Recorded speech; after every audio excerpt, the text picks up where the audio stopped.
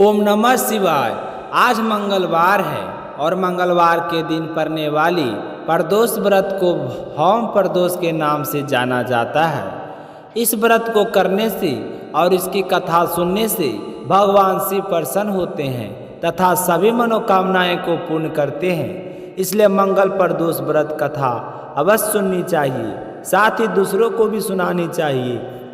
तो आइए श्रवण करते हैं मंगल प्रदोष व्रत कथा। प्राचीन समय की बात है। एक नगर में एक वृद्धा रहती थी। वह वृद्धा का एक पुत्र था। वृद्धा ही का हनुमान जी पर गहरी आस्था थी। वह प्रत्येक मंगलवार को नियम पूर्वक व्रत रखकर हनुमान जी की आराधना करती थी।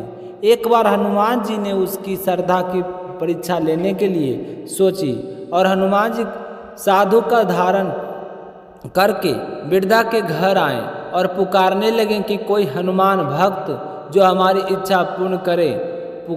पुकार सुनकर वृद्ध बाहर आई और बोले कि आज्ञा महाराज, आप क्या चाहते हैं। साधु के भेष में हनुमान जी वृद्धा से बोलते हैं कि मैं भूखा हूँ, भोजन करूँगा, तू थोड़ी जमीन लिप सके तो लिप दे।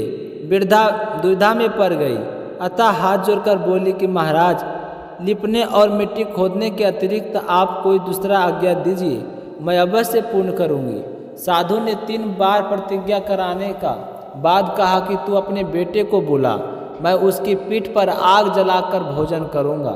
यह सुनकर वृद्ध घबरा गई, परंतु वह प्रतिज्ञाबद्ध थी। उसने अपने पुत्र को जलाकर साधु का सौंप दिया। वेशधारी साधु हनुमान जी ने वृद्ध के हाथों से ही उसके पुत्र को पेट पर बल लिटाया और उसकी पीठ पर आग जलाई। आग जलाकर दुखी मन से वृद्धा अपने घर में चली गई। इधर भोजन बनाकर साधु ने वृद्धा को बुलाकर कहा कि तुम अपने पुत्र को पुकारते ताकि वह भी आकर भोग लगा ले। इस पर वृद्धा बोली कि उसका नाम लेकर मुझे और कष्ट ना पहुंचाओ। लेकिन जब साधु महाराज नहीं माने तो वृद्धा ने अपने पुत्र को आवाज़ लगाई। आवाज़ लगाते उसका पुत्र तुरंत उपस्थित हो गया। अपने पुत्र को जीवित देखकर वृद्धा को बड़ा आश्चर्य हुआ और वह साधु के चरणों में गिर पड़ा। हनुमान जी अपने वास्तविक रूप में प्रकट हुए और वृद्धा की भक्ति का आशीर्वाद दिया। प्रदोष व्रत ही हमारे शास्त्रों में बड़ी महिमा बताई गई है।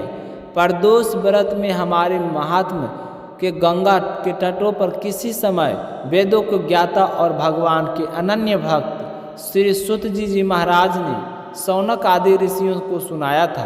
सूत जी ने कहा था कि कलयुग में जब मनुष्य धर्म के आचरण से हटकर अधर्म की राह पर जा रहा होगा, जब हर तरफ अन्याय और अनाचार का बोलाबाला होगा और मानव अपने कर्तव्य से विमुख होकर नीच कर्म का संयम होगा, उस समय प्रदोष व्रत ऐसा व्रत होगा जो मानव को शिव की कृपा का पात्र बनाया जाएगा और नीच गति से मुक्त होकर हनुमान उत्तम लोक में प्राप्त होंगे।